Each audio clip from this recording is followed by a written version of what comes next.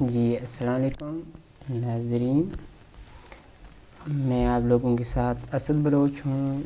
मेरी चैनल है Bloch academy और आज हम देखेंगे फ़र्स्ट चैप्टर न्यूमेंस की रिसर्च मेथोडोलॉजी की, उसके बारे में वो क्या है, किस लिए है और क्यों हम इसको पढ़ते हैं, किस ज़रूरियात के लिए। हम पहले ये समझना चाहिए कि ये सर्च एंड रिसर्च क्या होते हैं। जब हम सर्च की बात करते हैं, सर्च की मतलब किसी चीज़ को फाइंड आउट करना, किसी चीज़ को फाइंड करना, तलाश करना। रिसर्च की मतलब ये है कि की मतलब ये है कि हम अगेन उस चीज़ को हम फाइंड करें जो अगेन एंड अगेन हो। किसी चीज़ को हम तलाश कर रहे हैं, उसको अगेन एंड अगेन तलाश करें। हमें क्यों ज़रूरत पड़ता है रिसर्च की ना, उसका जो मेन पर्पज़ है रिसर्च का, तो वो इन्फॉर्म करना है। जो हम अमल परफॉर्म करते हैं उनको लोगों को बताने के लिए, क्योंकि हम उनको प्रूव करते हैं using a theory and contributing to developing knowledge in the field और अ स्टडी। हम उस फील्ड और नॉलेज या जो स्टडी है उसमें हम नॉलेज को डेवलप करते हैं। ये जो टेक्निक्स हैं या टूल्स हैं हमें नॉलेज बिल्टअप करने के लिए या फैसिलिटेटिंग करने के लिए हम इसको पढ़ते हैं।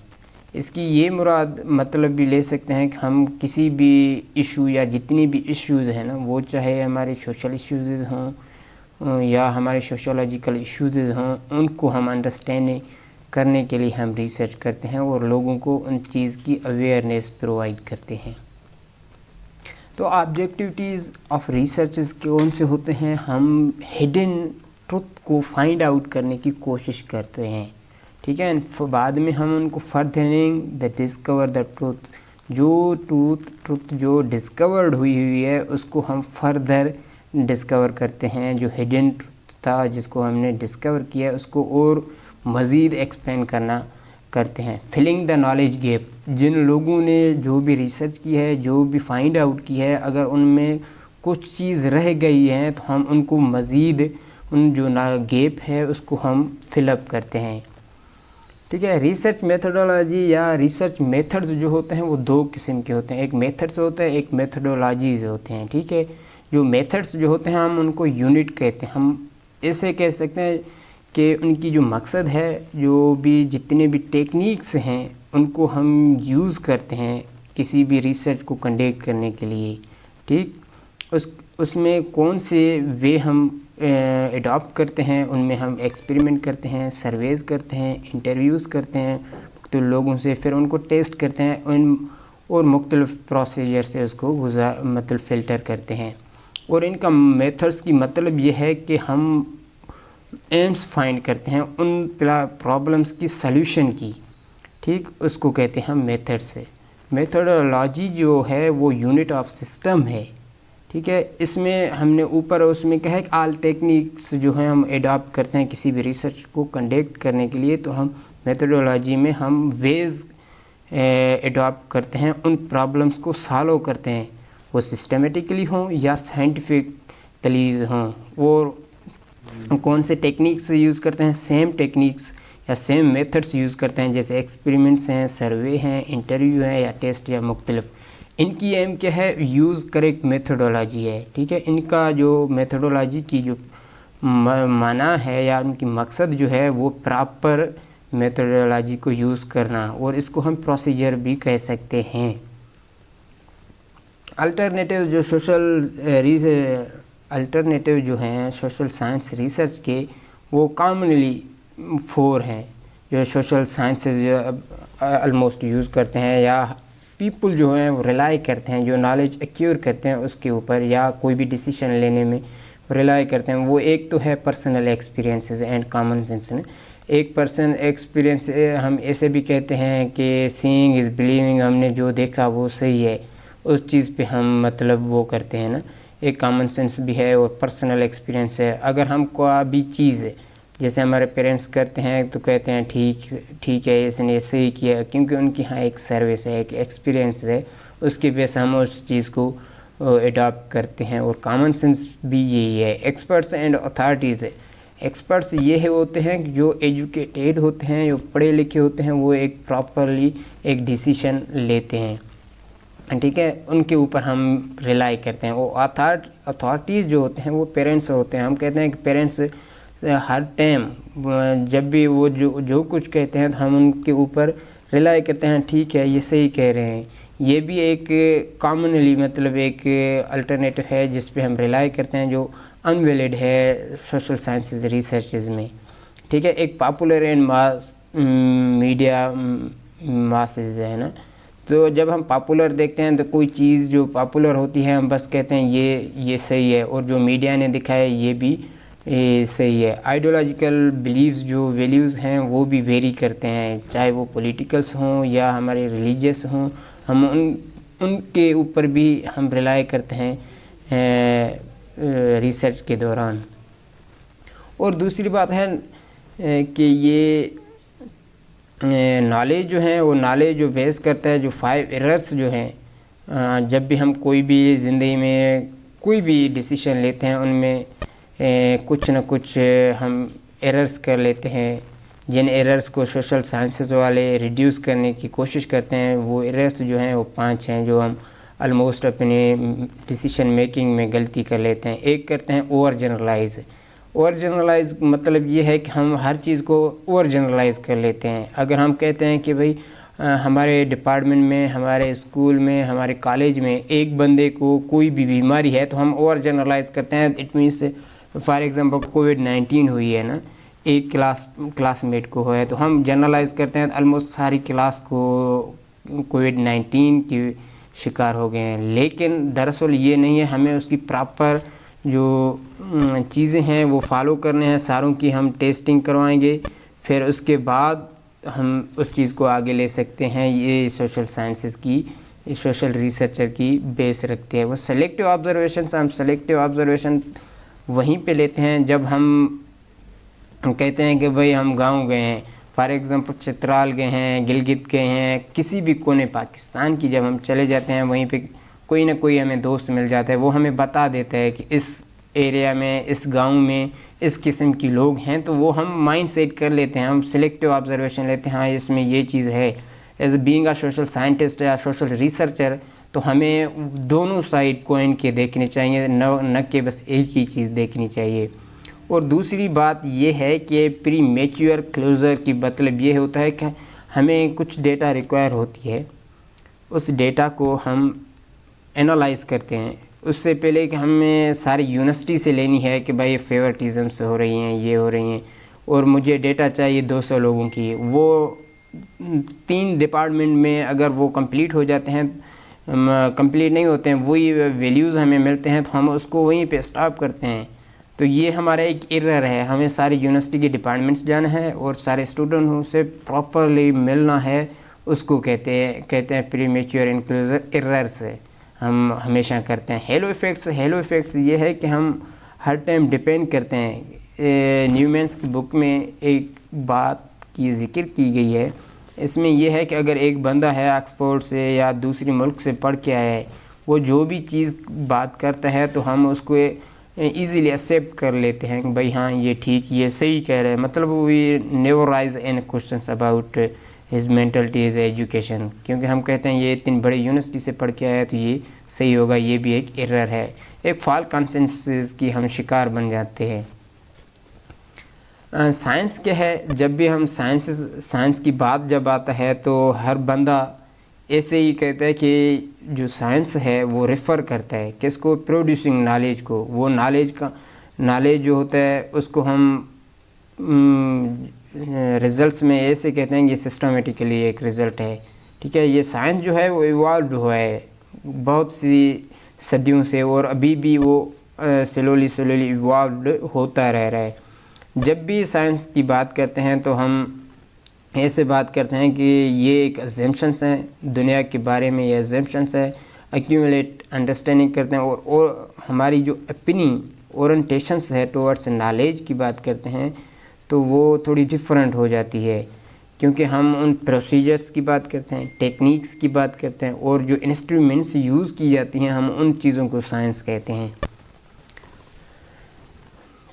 ठीक है। साइंस की जब भी बात की जाती है तो लोग ये सुनते हैं कि या उनके फर्स्ट इमेज उनके यहाँ ये क्रिएट होता है कि जो साइंस जो है ना वो एक लैब टेस्ट ट्यूब है या इलेक्ट्रॉनिक इक्विपमेंट्स हैं या वो माइक्रोस्कोप्स हैं, एक्सट्रो स्पेसशिप्स हैं जिसके वे से हम उस चीज़ को परस्यू करते हैं, या वो लोग जो वाइट लैब कोट पहनते हैं हम उनको कहते हैं। ठीक है। या हम फिज़िकली एंड बायोलॉजिकल साइंसेज में जब हम देखते हैं या बॉटनी या बायोलॉजी, केमिस्ट्री, फिज़िक्स या ज़ूलॉजी में देखते हैं तो ये डील्स करते हैं उन फिज़िकल मटेरियल वर्ड से, जैसे कि रॉक्स हैं, प्लांट्स हैं या केमिकल कंपाउंड्स हैं।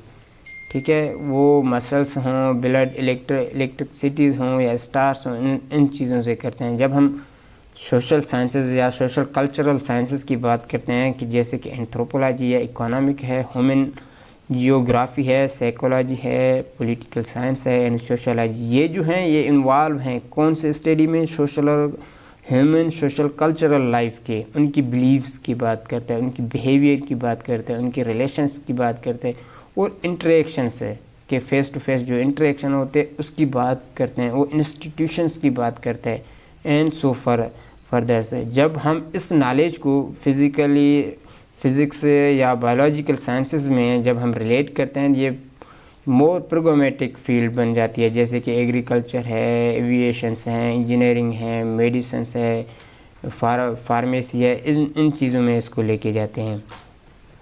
जब हम थ्योरीज़ की बात करते हैं, सोशल थ्योरीज़ की बात करते हैं, वो सिस्टम है इंटरकनेक्टेड आइडियाज़ की। ठीक है। वो इकट्ठे हुए नॉलेज होती है जिसको हम ऑर्गेनाइज करते हैं सोशल वर्ड को और एक्सप्लेन करते हैं कि उन्होंने कैसे काम किया है। ठीक। और डेटा जो होता है वो होता है न्यूमेरिकल होता है, क्वांटिटेटिव में आता है। नॉन न्यूमेरिकल्स जो होता है वो क्वालिटेटिव इंफॉर्मेशन होता है, वो एविडेंस होता है, हम केयरफुली गैदर करते हैं according to the rules and the procedures के मुताबिक हम उन न्यूमेरिकल्स को या डेटा को इकट्ठे करते हैं।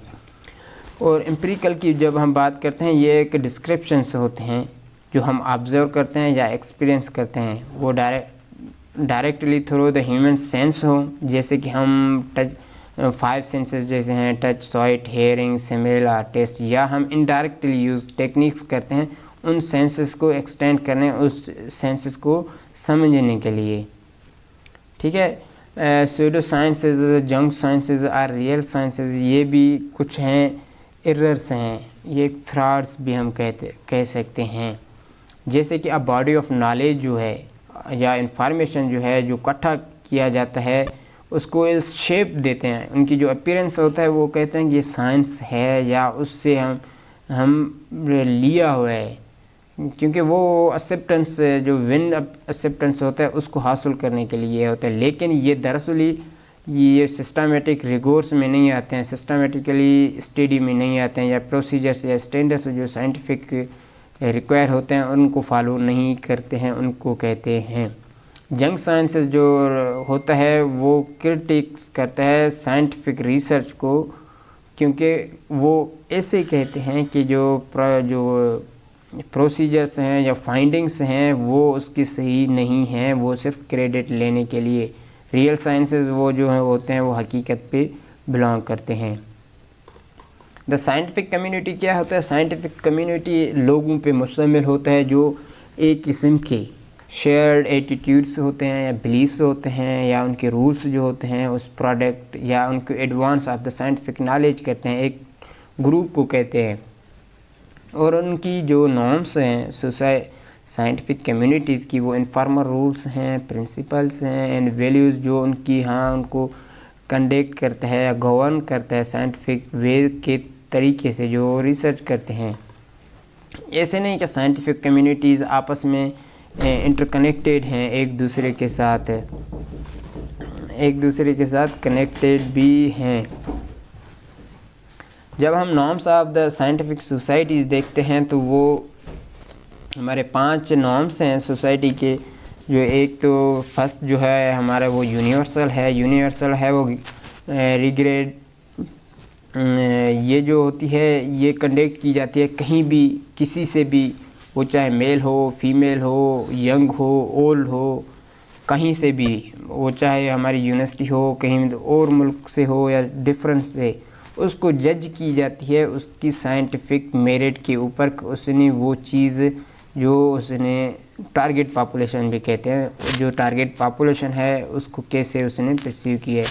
ऑर्गेनाइज्ड स्केप्टिज्म्स जो होते हैं एक बनी बनाई जो मतलब डाउट होता है उसमें, ये मतलब किसी भी चीज़ को साइंटिफिक कम्युनिटी जितनी भी होता है वो किसी भी साइंटिस्ट को जल्दी में एक्सेप्ट नहीं करते हैं या उनकी आइडियाज़ को जल्दी में एक्सेप्ट नहीं करते हैं। वो एविडेंस को प्रॉपरली रीड करते हैं, केयर फ्री नहीं करते हैं, उनकी वो अनक्रिटिकल मैनर्स होते हैं, वो उस चीज़ को चैलेंज करते हैं। वो जितनी भी एविडेंसेस हैं उनको चैलेंजेस करते हैं, न कि उनकी ऊपर अटैक करते हैं, क्योंकि वो ये चाहते हैं कि जो इंडिविजुअल ने जो रिसर्च कंडक्ट की है वो खुद उसके ऊपर स्टैंड लेता है कि या नहीं है, इस वजह से वो उसको जल्दी से एक्सेप्ट नहीं करते हैं। दूसरी बात है डिसइंटरेस्टेडनेस। तीसरी, उसमें जो साइंटिस्ट जो होते हैं वो न्यूट्रल से होते हैं, इम्पार्शल होते हैं एंड रिसेप्टिव होते हैं ना, वो उनके अनएक्सपेक्टेड ऑब्जर्वेशंस होते हैं एंड न्यू आइडियाज़ जनरेट करते हैं। ठीक है, वो जो पार्टिकुलरली एक आइडिया है या वो पॉइंट करते हैं, उन पॉइंट ऑफ व्यू उनकी होती है, उसको वो देखते हैं कि जो इन्होंने एविडेंस दिए हैं किसी भी पोजीशन के लिए वो ऑनेस्टली एक्सेप्ट करते हैं उनको। ठीक है। और कम्युनलिज्म से वो साइंटिफिक नॉलेज को हम कहते हैं जो शेयर अदर से होता है, क्योंकि जो जितनी भी साइंटिफिक कम्युनिटी होती है, जितनी भी नॉलेज वो जनरेट करते हैं वो एक दूसरे के साथ शेयर करते हैं, वो पब्लिकली उसको पब्लिश करते हैं। वो उनकी ज़ाती प्रॉपर्टी तो नहीं बनती, वो हर किसी के लिए देते हैं कि आप भी पढ़ लो, आप भी इसके ऊपर रिसर्च कंडक्ट करो। जो उनकी डिटेल्स होते हैं हर एक को देते हैं। अगर किसी ने न्यू नॉलेज जो है वो जनरेट किया है, फॉर्मली एक्सेप्टेड है, तो वो दूसरों को उसको व्यू के लिए भेजते हैं कि भाई ये मैंने जनरेट किया है, आप इनको देखें कि ये सही है कि नहीं है। फिर वो उसको देख के फिर उसको जो फॉर्म या स्टाइल है वो उनको बताते हैं कि ये चीज़ें इसमें ऐड करनी है। ऑनेस्टी सारों से इम्पॉर्टेंट है किसी भी साइंटिफिक कम्युनिटी के लिए। ठीक है, ये कल्चरल नॉर्म है, मतलब साइंटिफिक रिसर्च में आपको 100% पार्शल एंड ऑनेस्टी दिखानी होगी, नहीं तो इसको एज अ चीटिंग, डिसऑनेस्ट या मेजर टेबू कंसीडर करते हैं अगर आप में ऑनेस्ट नहीं हो तो। स्टेप्स हैं रिसर्च के प्रोसेस के, क्वालिटेटिव एंड क्वांटिटेटिव्स की 7 स्टेप्स हैं। जब हम क्वांटिटेटिव्स की बात करते हैं तो वो हम न्यूमेरिकल डेटाज़ को इकट्ठे करते हैं। पहले तो हम एक टॉपिक सिलेक्ट करते हैं, जब हम एक टॉपिक सिलेक्ट कर लेते हैं तो उसके बाद में हम उसको नैरो डाउन करते हैं कि हमें इसको कहाँ लेके जाना है। फिर उसके बाद में हम फोकस क्वेश्चंस करते हैं। फोकस क्वेश्चंस की मुराद ये है कि हमें कौन सी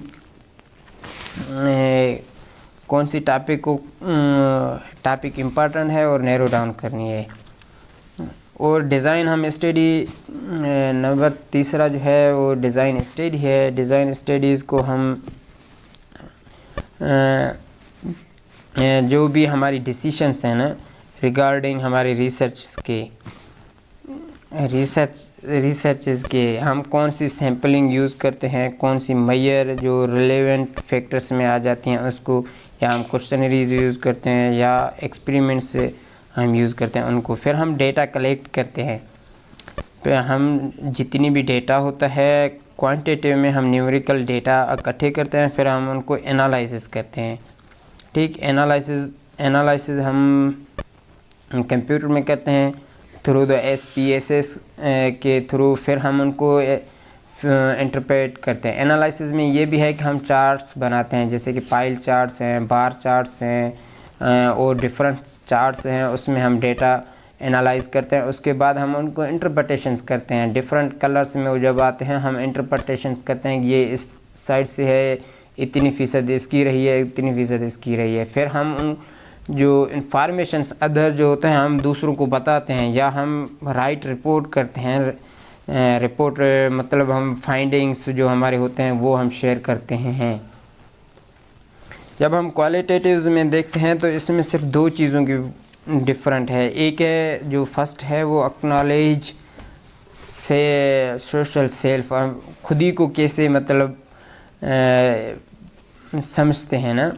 जैसे कि उस चीज़ को जब हम लेते हैं किसी भी टॉपिक को या किसी भी कॉन्टेक्स्ट को, तो हम उसके खुद तो उसके अवेयर हों और सोशल सेल्फ तो हमारे अवेयर हो कि हम क्या करने जा रहे हैं। फिर हम एक पर्सपेक्टिव क्रिएट करते हैं, एडाप्ट पर्सपेक्टिव करते हैं। एडाप्ट पर्सपेक्टिव की मतलब ये है कि हम थ्योरेटिकल फिलोसॉफिकल पैराडाइम्स में जाते हैं। उसमें हम ये देखना चाहते हैं कि अगर जो टॉपिक है उसको नैरो डाउन करके हम डायरेक्शन, हम कौन सी मतलब जो पोटेंशियल क्वेश्चंस हैं या क्वेश्चनरीज हैं वो बनाने हैं। और जितनी भी स्टडी है, डिज़ाइन स्टडी या एनालिसिस है, इंटरप्रिटेशन से है, या क्वांटिटेटिव क्वालिटेटिव के दोनों तीनों की सेम होते हैं। इंटरप्रेटिव डेटा भी जो जितनी भी है वो भी सेम ही है कि हम लोगों को बताते हैं। और फाइनल में हम क्या करते हैं, जो इन्फॉर्मेशन अदर से जो भी हमारे फाइंडिंग्स हैं, फैक्ट्स हैं जो हमने बनाई है, वो जो रिज़ल्ट्स हैं वो हम डिफरेंट लोगों को प्रोवाइड करते हैं। Thank you.